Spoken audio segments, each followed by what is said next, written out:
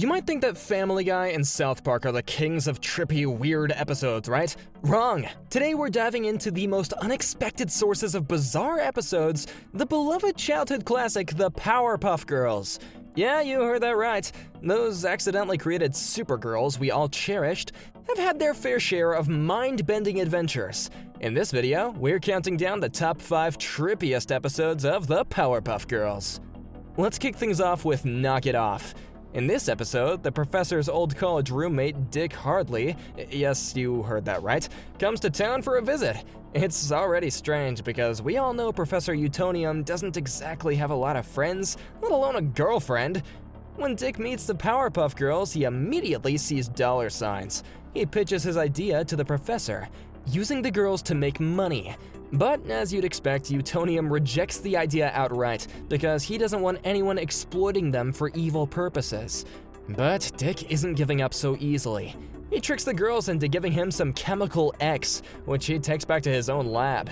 There he creates clones of the Powerpuff Girls. At first, these clones help to save the city, which gets Dick on everyone's good side. But as greed takes over, he starts cutting corners in the production process, creating weaker, unstable clones. Here's where things get dark. These poorly made clones start to randomly explode, and Dick intentionally keeps on selling them just to make more money, replacing them as they perish. Even worse, he's selling these knockoff Powerpuff Girls to the highest bidders, including criminals.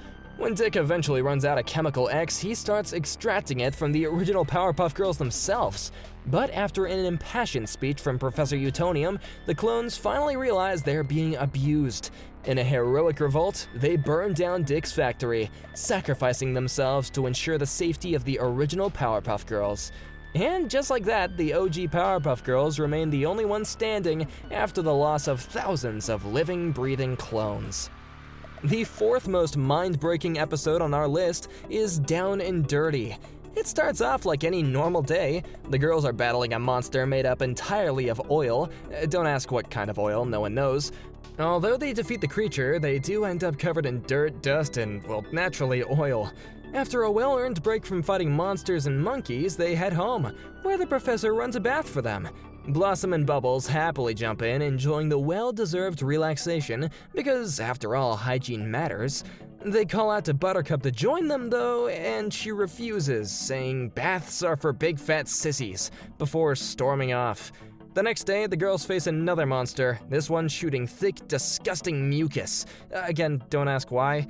Unfortunately for Buttercup, she gets caught in the gooey mess as they take the monster down. But true to form, she still refuses to bathe. Her reasoning? If she's just gonna get dirty again tomorrow, then why bother getting clean now? Which honestly is a sentiment I've tried on my own mom, though she wasn't having it. Later, Buttercup sits down to do her homework in the living room, but her stench is so unbearable that the professor kicks her out until she agrees to take a bath. Imagine getting disowned by her own father because of a smell.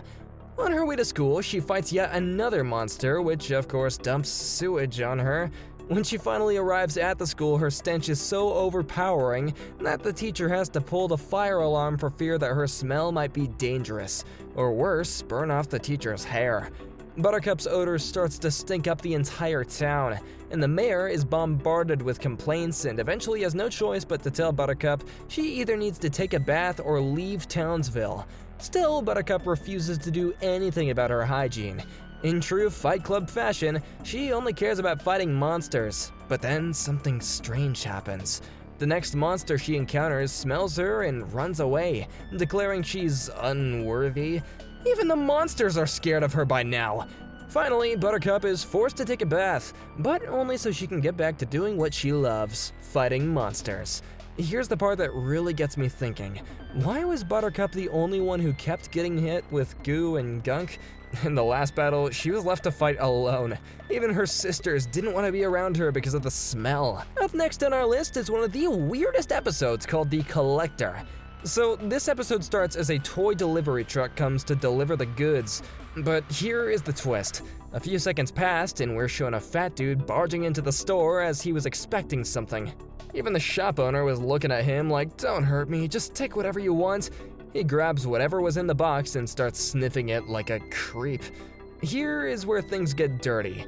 First, let me fill you in on who this guy is. His name is Larry the Collector. Unlike your normal collectors, he is addicted, and I mean addicted to collecting merch. But not just any merch, Powerpuff Girls merch. Yes, just a normal 35-year-old fat dude addicted to collecting action figures of 10-year-old girls. Nothing wrong with that. Right, well, anyway, he goes to his home and we are bombarded with a load of toys and action figures in his room.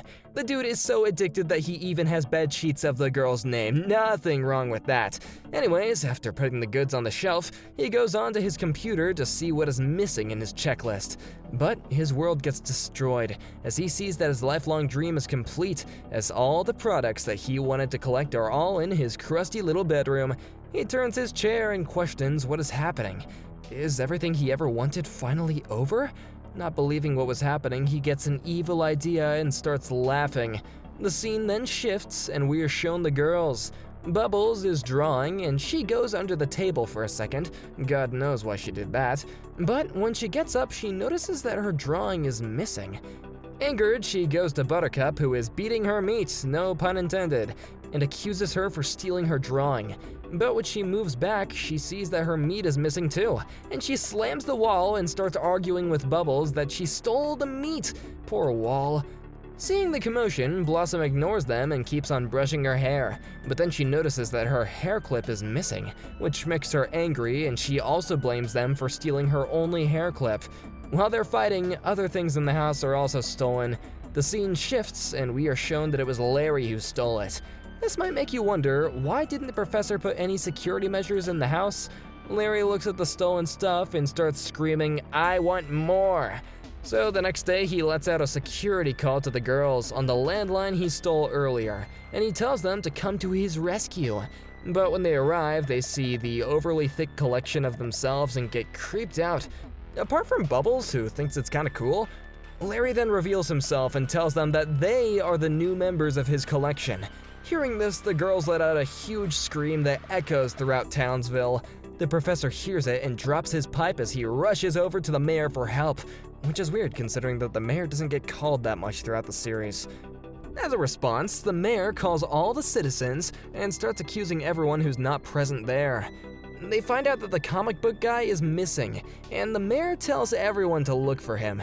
The scene then shifts, and we are shown that the girls are being held captive in an action figure box by Larry, as he shows them his collection. But as he continues, the professor enters the building and starts interrogating him. Larry was just about to speak when a kid looks at his toys and asks him why he hasn't opened them, to which he tells them. Hearing what the nerd has to say, the professor comes up with the plan to destroy him and opens a box. The professor asks where the girls are, but he remains shut, so he orders the kids to start enjoying themselves. They start opening the boxes, and one by one, Larry gets hit by his years of work getting destroyed. He finally gives in and tells the professor where they are. The professor then looks up and smiles at the girls, like he knew where the girls were and only wanted to show Larry his wrath. Larry then gets thrown into prison like he deserved, and the episode ends. As you know, with great sunlight comes great darkness. Well, in this episode, Bubble Vicious, Bubbles shows us the dark side of the cute, happy, charming girl that she is. You might think Bubbles is too sweet and innocent, and the professor and her sisters thought so too. During the training exercises, the professor would crank the difficulty up to 9 for Blossom and Buttercup, but when it was Bubbles' turn, he would dial it all the way down to 2, thinking anything higher would be too much for her. As Bubbles breezes through this super easy course, frustration builds. She's not being treated like her sisters, and just as she's voicing her complaints, she gets hit and fails the course. Bubbles doesn't think it's fair that everyone keeps on babying her, refusing to challenge her. This isn't just during training either. In their daily life, the professor keeps a nightlight on for Bubbles because he assumes that she's scared of the dark. Her sisters mock her for being a scaredy cat of the group. Fed up by all the coddling, assumptions, and babying, Bubbles decides that she has had enough. She sneaks into the lab for another test, but this time she cranks the difficulty all the way up to 11. Fueled by her frustration, Bubbles fights through the most intense, hardcore battle she can, facing terrifying monsters that leave her bruised and bloodied, but she's making it out victorious. She's proven she's tough, but there's a problem. Now she can't control her rage. During a game of Duck Duck Goose, Blossom tags Bubbles, and instead of simply chasing her, Bubbles sprints, tackles Blossom, and slams her to the ground. In her crime fighting, things get even worse. The mayor is stuck in traffic, but instead of helping, Bubbles goes to the front of the line, discovers a talking dog causing the holdup, and beats it up. She starts taking things way too far, beating up the citizens of Townsville for petty crimes like littering, parking in the wrong spot, or stepping on the grass. She's completely lost it. Even Mojo Jojo gets a taste of her newfound fury. Despite capturing Bubbles and using his most powerful laser, nothing phases her. She breaks free and pummels Mojo Jojo like he has never been beaten before. When her sisters finally track her down and witness the damage that she's done to Mojo Jojo, they're shocked, but they finally give her the respect that she's been craving. They call her hardcore, and that's all Bubbles needed to hear. She immediately switches back to her cheerful self and simply says, "Thank you." Now, here is what is found to be trippy about this episode. First, why would the professor think that Bubbles is weak and fragile? I mean, she always fights alongside Buttercup and Blossom with the same amount of difficulty, so why? Anyways, let's get on to the 5th trippiest episode on our list. The episode starts off with the usual, just another day in Townsville with the girls saving the city, but soon they grow tired and start wishing that they had someone to help lighten the load. That's when they remembered. The professor created them, so why can't they create someone too? Excited by the idea, they rush to the lab to create the next Powerpuff Girl. They grab the professor's book from the shelf titled How I Did It. You gotta wonder, how childish is the professor to leave a detailed guide to his greatest creation just lying around? It's really trippy. The girls begin mixing the ingredients listed in the book, but they don't have everything they need. Instead of regular sugar, they use powdered sugar. Instead of spice, they throw in random items, including a freaking iguana. Even the green lizard looks confused. Accidentally, they pour in Chemical X, and boom, an explosion happens, and out comes their new creation, a girl with crooked teeth, beady eyes, and an enormous figure. They happily name her Bunny.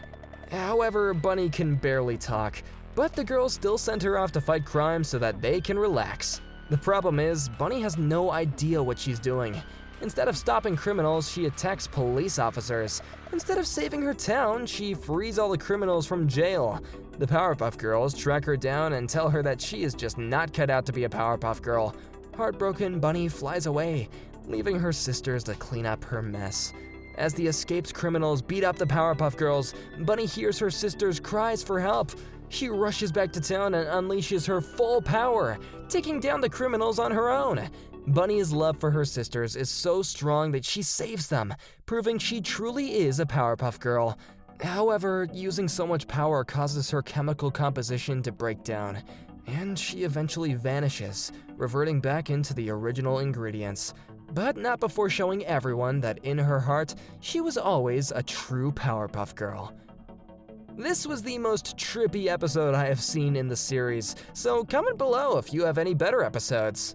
Like and subscribe, and we'll see you in the next one. Peace, peace!